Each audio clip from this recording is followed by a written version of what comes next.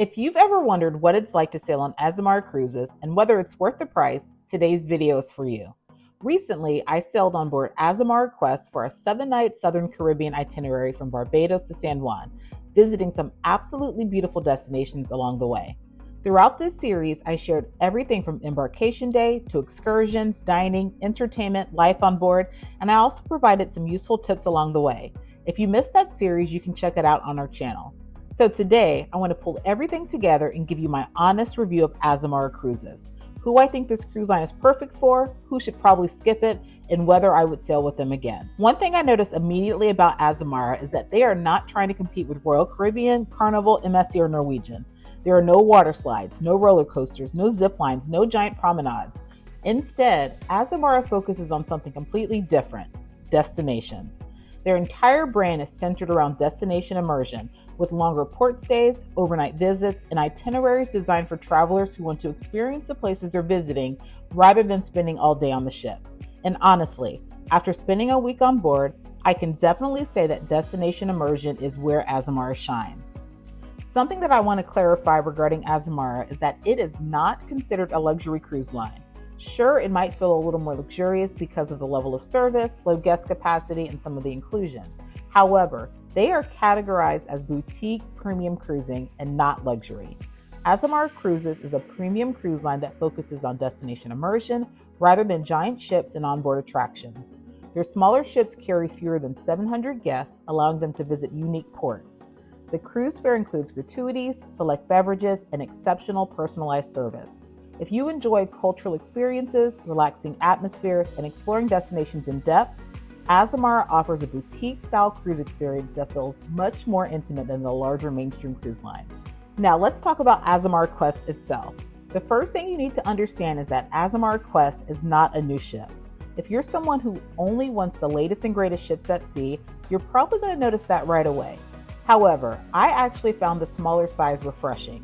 With fewer than 700 guests on board, the ship never felt crowded. Getting around was easy. Finding a seat by the pool was easy.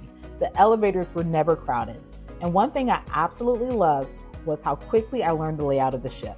After sailing on some of the largest ships in the world, it was nice not having to walk a mile just to get from one venue to another.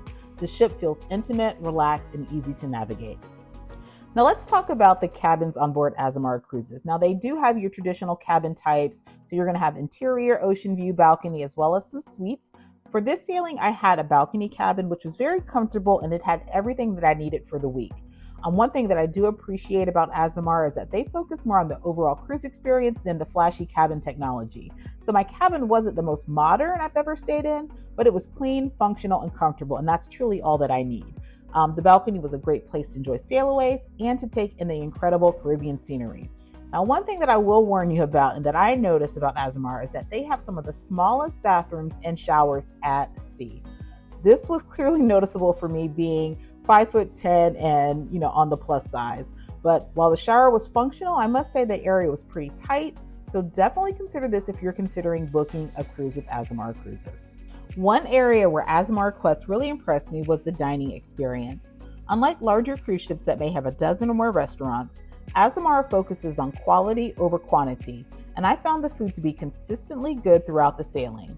The main dining room is Discovery's restaurant, which serves breakfast, lunch on sea days, and dinner each evening. The menu changes nightly and often incorporates flavors from the destinations you're visiting, which helps tie into Azamara's destination-focused experience. Open seating means you can dine whenever you like during service hours.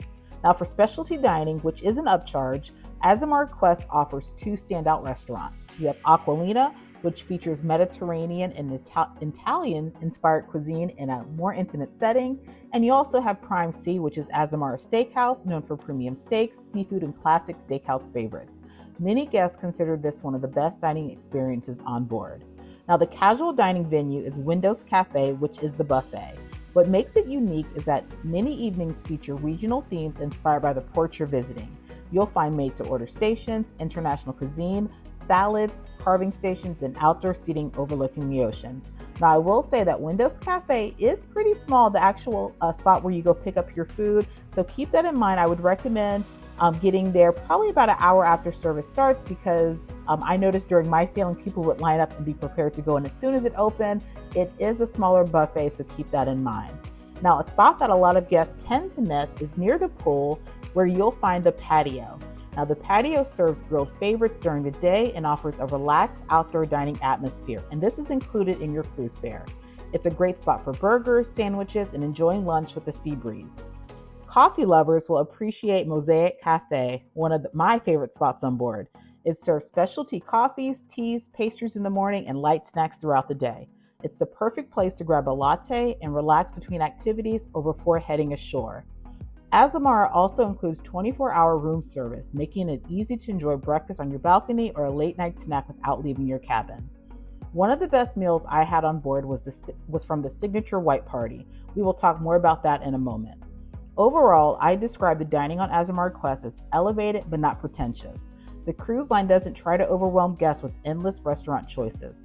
Instead, they focus on delivering quality food, attentive service, and menus that complement the destinations you're visiting. For me, the highlights were Prime Sea, Mosaic Cafe, and the themed dinners in Windows Cafe. If I had to choose one area where Azamara exceeded my expectations, it would be service. This is one of the advantages of sailing on a smaller ship. The crew gets to know you, servers remember your name, bartenders remember your favorite drink, and crew members recognize you throughout the ship. By the middle of the cruise, it almost felt like staying at a boutique hotel where everyone knew who you were. That level of personalization is difficult to achieve on ships carrying 5,000 or 6,000 passengers, and it's one of the reasons many Azamara guests become repeat cruisers.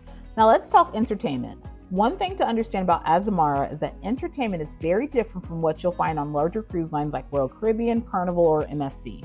Azamara focuses more on intimate experiences, live music, and destination-focused entertainment rather than giant production shows and high-energy attractions. Each evening, you'll find performances in the Cabaret Lounge, where the onboard cast presents musical reviews, guest entertainers, singers, and live performances in a much more intimate setting than a traditional cruise theater. Because the ships are smaller, there really isn't a bad seat in the house. Throughout the ship, live music is a major part of the experience. You'll often find musicians performing in lounges, cocktail pianists playing before dinner, and live bands entertaining guests into the evening. The atmosphere is sophisticated and relaxed rather than loud and flashy. One of Azamara's most popular signature events is White Night. Guests dress in white and gather on the pool deck for an evening of dining, music, dancing, and entertainment under the stars. The open-air barbecue and buffet, complete with unlimited lobster and special crepe Suzette made by the officers, was truly incredible and some of the best food I had on the ship. It's truly one of the highlights of an Azamara cruise and something many repeat guests look forward to on every sailing. Another unique entertainment feature is AzAmazing evenings, exclusive cultural experiences that showcase the local destinations through music, performances, and cultural events. These experiences are designed to connect guests with the places they are visiting and are unlike anything you'll find on most mainstream cruise lines. Now, these AzAmazing evenings may happen on board the ship or actually in port, so be sure to check your itinerary to see which port you will actually experience your AzAmazing evenings. What I personally enjoyed most was that the entertainment felt authentic and never overcrowded.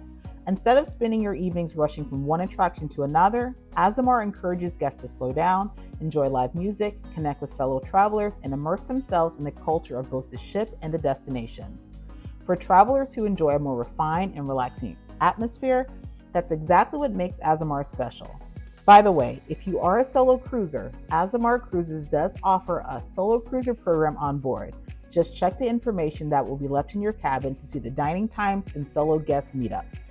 Now, let's talk about what I believe is Azamara's biggest strength, the destinations. And this is exactly why I decided to give Azamara Cruises a try. If you've been following me, you know that I cruise for ports and destinations rather than cruise ships themselves.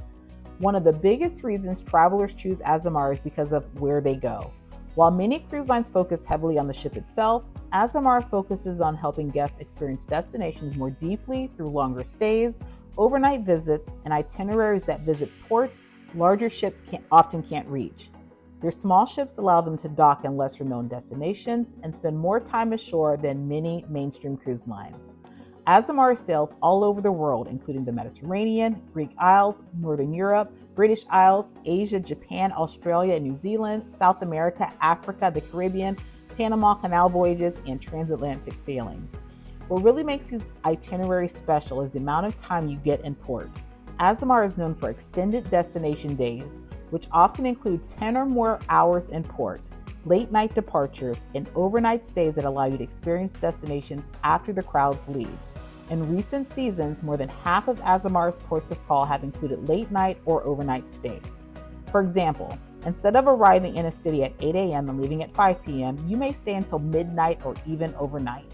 That means enjoying local restaurants, cultural performances, nightlife, and evening sightseeing that most cruise passengers never get to experience. If you're someone who believes the destination is just as important, if not more important, than the ship itself, Azamara offers one of the most destination-focused cruise experiences available today. One of the most common questions I get asked is, who should actually sail Azamara? After experiencing Azamara firsthand, I would say this cruise line is ideal for travelers who care more about the destinations than the ship itself. If your idea of a great vacation is spending more time exploring ports, enjoying local culture, and having unique experiences ashore, Azamara was built with you in mind. Their entire cruise experience revolves around destination immersion, with longer stays, overnight visits, and access to ports that many larger ships can't reach. Azamara is also a fantastic choice for experienced cruisers. Many guests have sailed on the mega ships before and are looking for something more intimate and relaxed. With ships carrying fewer than 700 guests, the atmosphere feels more like a boutique hotel at sea than a floating resort. You won't find water slides or roller coasters, but you will find exceptional service, fewer crowds, and a much more personalized experience.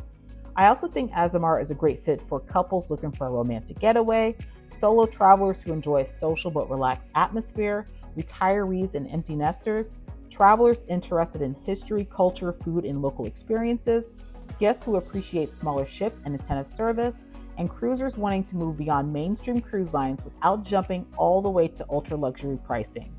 But who is Azamara probably not for? If you're traveling with young children, need nonstop entertainment, or want attractions like water parks, go-karts, zip lines, and surf simulators, you'll likely be happier on cruise lines such as Royal Caribbean, Carnival, or MSC. Azamara's focus is on the journey and the destinations, not onboard thrills. The best way I can describe Azamara is this. It's for travelers who want to slow down, experience destinations more deeply, and enjoy a sophisticated, intimate cruise experience where the ports are the star of the show. And honestly, that's what makes Azamara so special. So would I sail Azamara again? Absolutely. What Azamara lacks in flashy attractions, it makes up with service, unique itineraries, destination immersion, and a relaxed atmosphere. This isn't a cruise line for everyone. But if your dream vacation involves exploring incredible destinations, avoiding crowds, and enjoying a more intimate cruise experience, Azamara is definitely worth considering. For me, the highlights were the personalized service, the incredible ports, and the overall relaxed vibe that you simply don't find on larger ships. If you've sailed Azamara before, let me know your thoughts in the comments below. And if you're considering an Azamara cruise and would like help finding the perfect itinerary, be sure to reach out to us at Major Adventures Travel. We would love to assist you. Thanks for watching, and don't forget to like this video, subscribe to MH Family Adventures, and we'll see you on the next cruise.